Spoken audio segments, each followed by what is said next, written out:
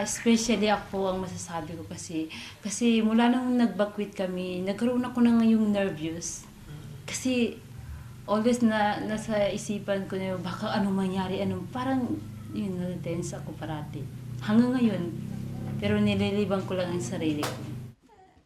Actually, mula na nandito kami sa Toreta, every time na nagkasakit yung mga bata, o di kaya ako, kung sino man, dito kami nagpapakonsulta sa kanila. Pero okay naman ang serbisyo nila sa amin. So, galbakan ko siya umanggay na konsulta sa mga pasyente, especially sa below 5 years old, do prenatal, tapos mga pamadsakit, nagpad siya, tubay mga galbakan namin umanggay siya sa dati. Piyaso adang din IDP sa amin na galbakan namin din.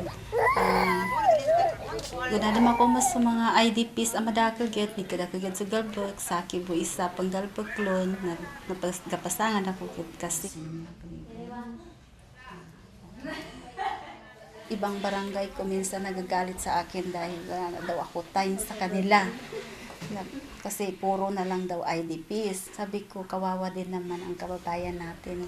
Kasi dapat tulungan natin kasi sila walang mga pera, wala silang mga dala. So, uunahin na lang muna natin kung hindi naman kayo masyadong severe cases.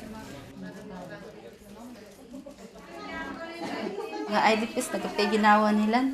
Kabaganggaan ko sila sa upang talagang gele sa bunta nila ng pagsakit. Isa na lesson dabon mortality case sa amin sa pneumonia, sa severe malnutrition do. Then sa syringes sa immunization na at least di ako danggit kapasangan bangani sa RHU sa tabak ka dan ready at tabak ko siya labi din sa mga cotton, sa mga betadine, nasisita ko gad pati mga ghost. Di siya, parati kong kinausap yan.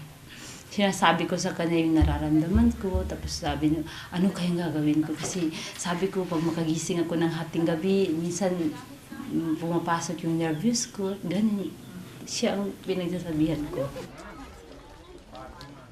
Pwede talaga kami mag-stay. Kaya nga, kahit anong, parang ayaw na namin mag-uwi sa namin lugar.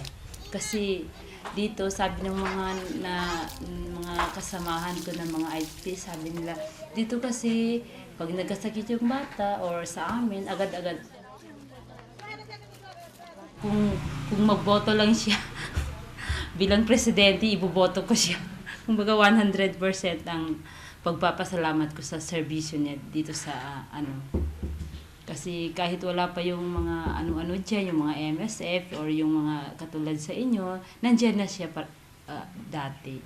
Kaya nga, mas lalong nadagdagan yung niya, serbisyo niya nang magkaroon kayo ng dito. Suportado kayo sa kanya. Ano ni Kuya na pang